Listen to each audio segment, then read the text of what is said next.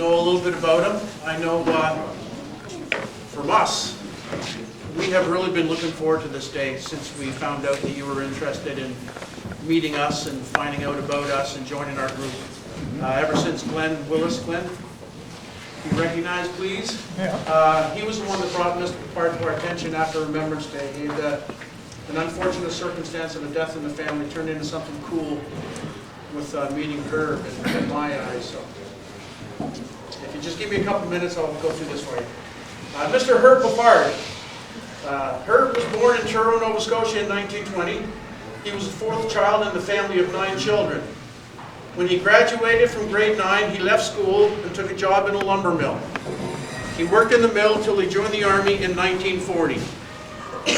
Herb served in the Royal Canadian Artillery, the 1st Canadian Parachute Battalion, and the 1st Special Service Force. Herb was wounded in action and decorated for bravery in action. Herb doesn't want to give the impression he was an ideal soldier. He had 5 AWOL charges against him.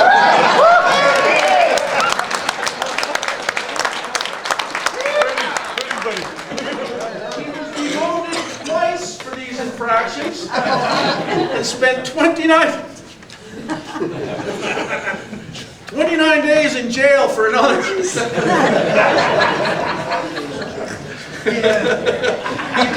He didn't regret this last escapade, however, because on that trip he met his future wife, Greta.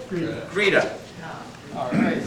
He was mustered out of the Army at Halifax in September 1945.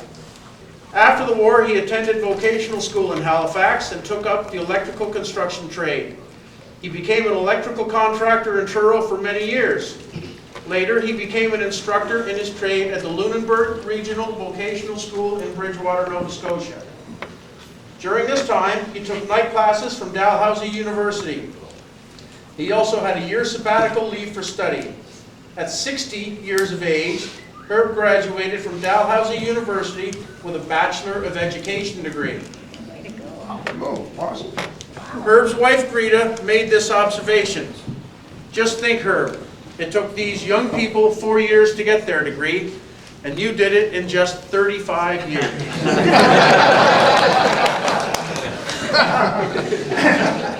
In 1994, Herb wrote a book about his wartime experiences. The title of the book is The Lighthearted Soldier. Greta, Herb's wife of 46 years, passed away 22 years ago. Herb has had a lifetime interest in weightlifting and bodybuilding. He won the Mr. Nova Scotia in the Masters Division when he was 68 years of age.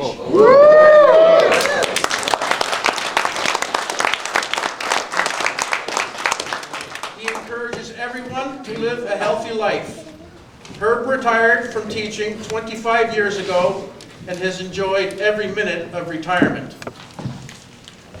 Mr. Peppard? Could I have a chair there? By all means, yes. First of all, we have to do this. Oh. Now, normally, it's the, we present a patch. We present a patch. But in this case, we're not just presenting a patch, we're presenting the whole vest. Patch is sewn on.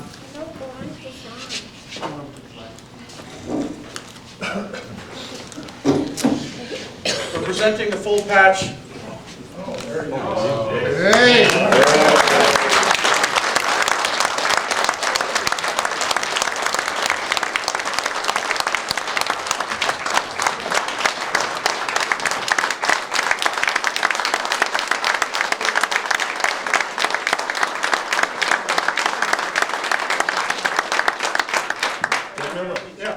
I'd also like to point out that on the front of the vest, it's normal for us to have undress ribbons done.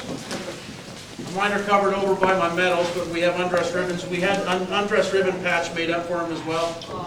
Not in a black background, but in a maroon background. Right on. Oh, nice. Oh, that's beautiful. You've got your paratrooper wings on there, Yeah. and name tag, Yeah. and your unit crest. Good.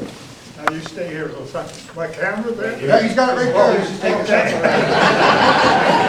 Oh, yeah. Grab side of that.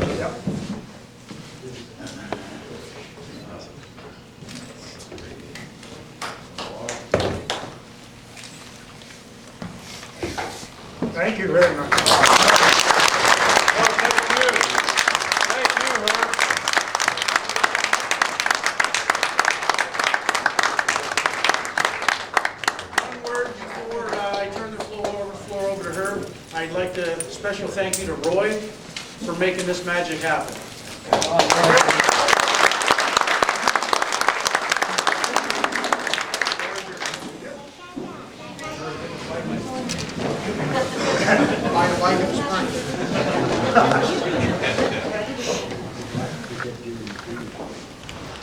Yes, well, it was a cold, can you hear me here? Yeah. It was a cold December day, 74 years ago, when I walked into the recruiting station in Truro. The recruiting station was on Willow Street, and it was the old Army armories there. There were two other fellows there. One was a young recruit like myself, and the other was a recruiting officer who was a captain. Now, the young recruit stood nervously in front of this big desk, and the captain sat behind the desk. He was every inch a gentleman. Everything was perfect. His shoes were polished, uniform neatly pressed, buttons sparkling. He looked with disdain at the way this little recruit was dressed. Well, matter of fact, I was dressed exactly like him. We had on our feet what they call lumberman's rubbers. We had overalls on, and we had Mackinaw jackets, and a peak cap with the ear lugs pulled out. No, the captain just shook his head in disgust. I suppose it's the same old story. The fool of the family sent to the army. Yes, it's always been that way. The fool of the family sent to the army. Oh, no, sir. The little recruit said, things have changed a lot since you joined us.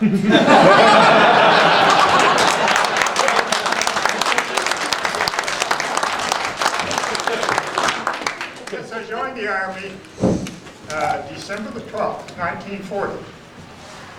Now, war had been going on for 15 months, but the reason I didn't join up earlier, I was afraid. I was afraid to join the Army. I'd read all these books about the war, the First World War, terrible condition in the trenches, the cheapness of human life. And I also read that anti-war book, great anti-war book, All Quiet on the Western Front. That really filled me with dread. So I made a vow to myself, I'm not going in the Army till I absolutely had to. But you know, circumstances change.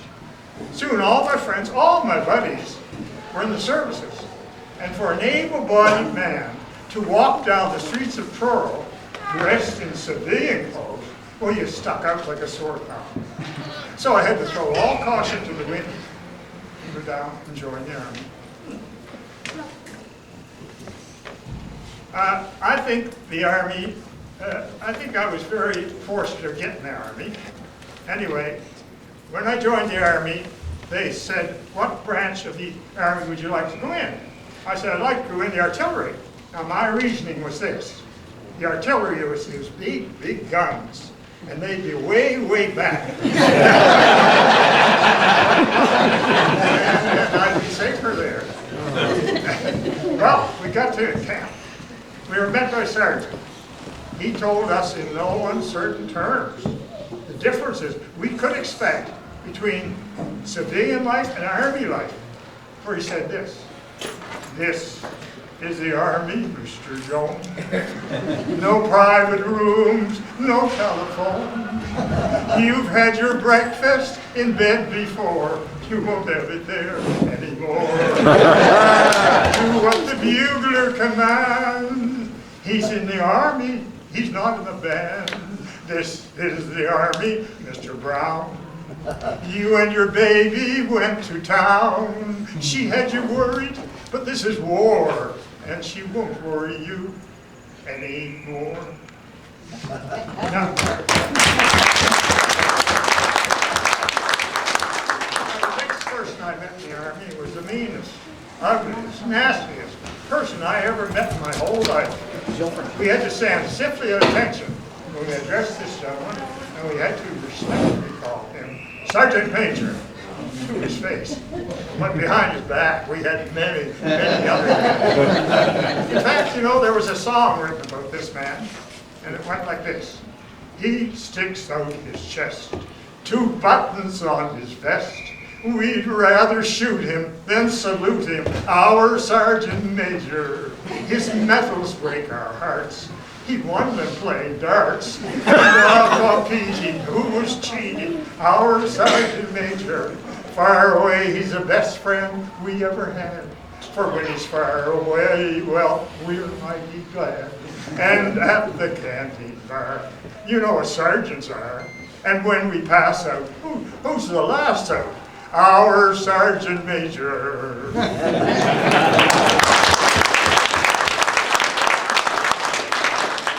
I stayed in the artillery for a year and a half. Then I transferred into another unit. It was called 1st Canadian Parachute Battalion. Now, there was no facilities in Canada to train paratroopers then.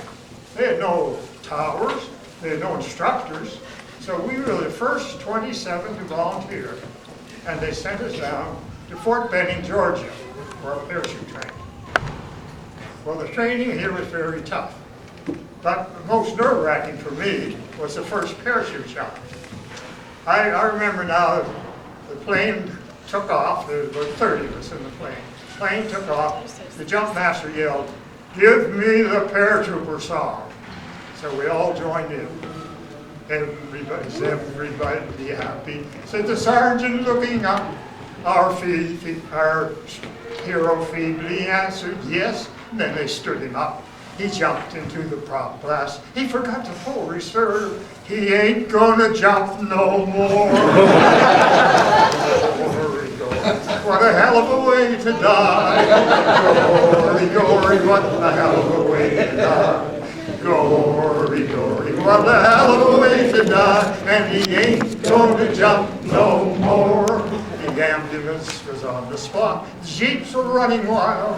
The medics jumped and screamed with glee. They rolled their sleeves and smiled. For it had been a week or so since last the shoot had failed. He ain't gonna jump no more. Now, you're all gonna help me sing this chorus. Glory, glory, what a hell of a way to die.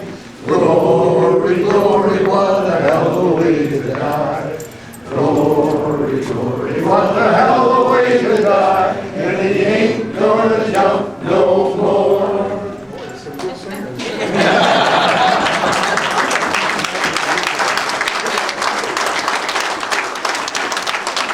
After I qualified as a jumper, I was transferred into another unit, and it was called the 1st Special Service Force. Well, besides paratrooping, we had mountain climbing, we had skiing, hand-to-hand combat, much, much more. Finally, our training was over, and we mounted the ship for overseas. I can still remember the band playing on the wharf as we pulled out from the harbor there, and it was playing. Now is the hour when we must say goodbye. Soon I'll be sailing far across the sea. While I'm away, oh please remember me. When I return, I'll find you waiting here.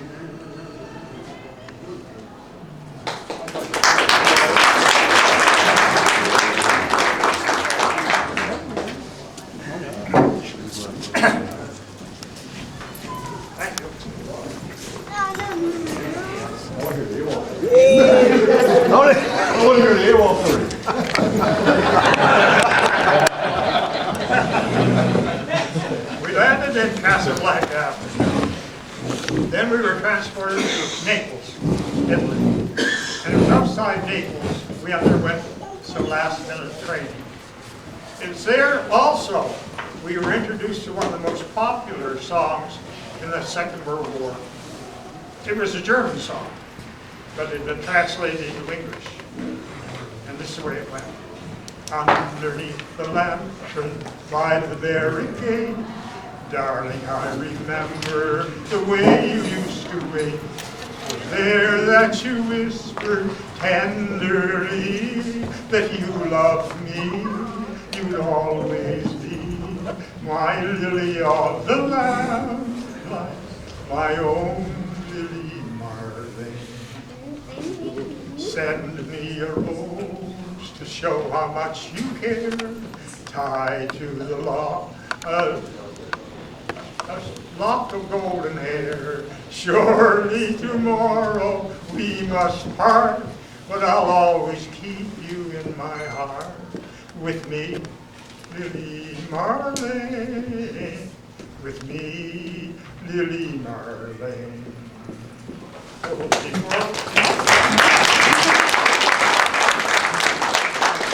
Before we knew it, we were plunged into battle. We fought for 5 months in the mountains of Italy.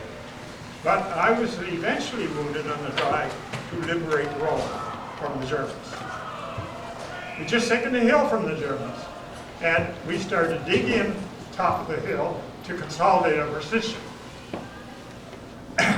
We no sooner dug in a little bit than the Germans mounted a counterattack up the hill. Now, being on the top of the hill, it was difficult to see down. So I decided to go down the hill a little further, get a better chance to fire at them. I'd only fired a few shots when I felt a terrific smash on my right thigh. I didn't realize for a minute, and I did. My God, I'd been shot. But the strange part of it is, it didn't hurt. It just felt like somebody would come across your leg with a big flat board and numb it entirely. Soon, a friend of mine, George Wright, jogged over, and he bent down and he said, "Where are you headed? Where are you headed?"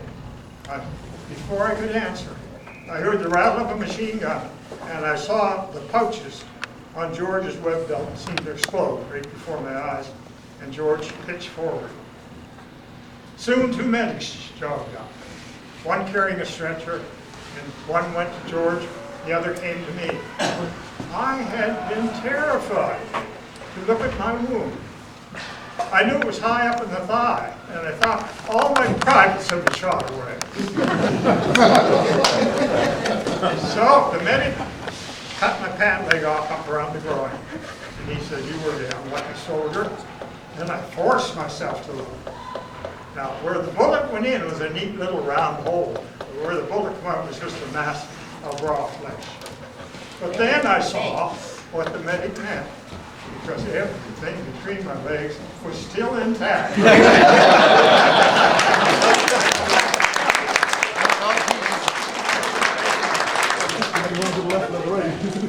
Well, they said they're going to have to take George back first because he was hit worse than I was. So loading George on the stretcher, they made off to the rear. Meantime, Len Andrews, another friend of mine, came down from the top of the hill, helped me get up to the top of the hill, helped me get in a shallow foxhole, threw me his water bottle, and jogged off to the fighting. I just lay back. I was so happy to be out of it all, and I was so happy my wound wasn't more serious. After a while, quite a long time, I ended up in a hospital in Naples, Narni Hospital. And it only seemed natural in that hospital for the men to brag about their hometowns, brag about their families, brag about their girlfriends. And when I told them how beautiful you are, they wouldn't believe me. They wouldn't believe me. Your eyes, your lips, your cheeks, your hair, they're in a class beyond compare. You're the loveliest girl that one could meet. And when I tell them, and I'm certainly going to tell them, that I'm the man whose wife one day you'll be, they'll never believe me. They'll never believe me. That from this great big world, you've chosen me. Nice. I was in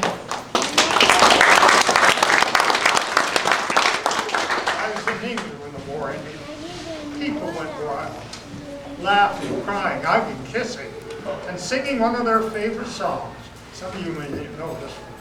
There'll be bluebirds over the white cliffs of Dover tomorrow. Just you wait. and see. There'll be love and laughter and peace ever after tomorrow when the world is free. The shepherd will tend his sheep, the valley will bloom again, and Jimmy will go to sleep in his own little room again. There'll be bluebirds over the white cliffs of Dover. Tomorrow, just you wait and see.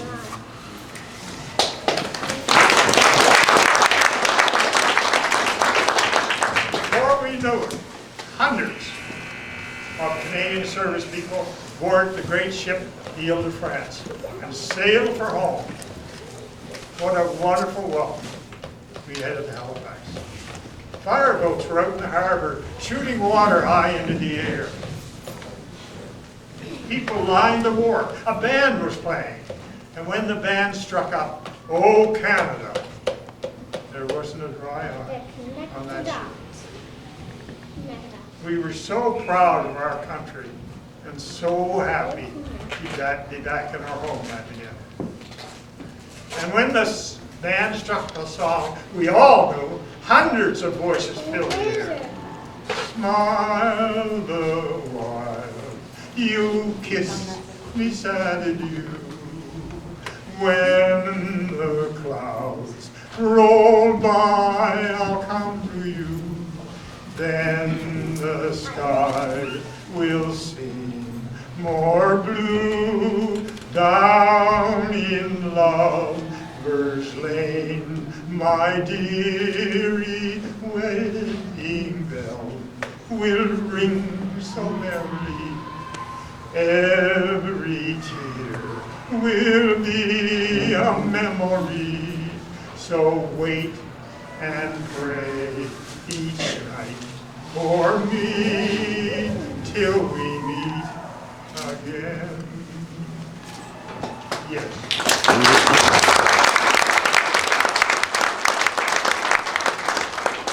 Yes, the war was over.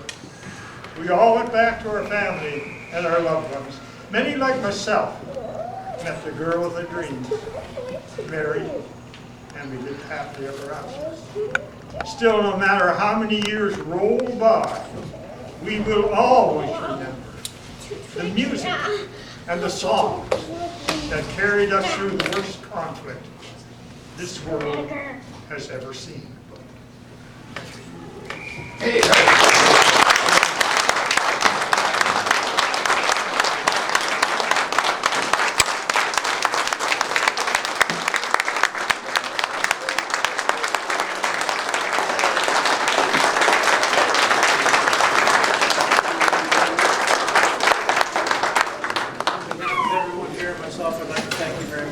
shared with us.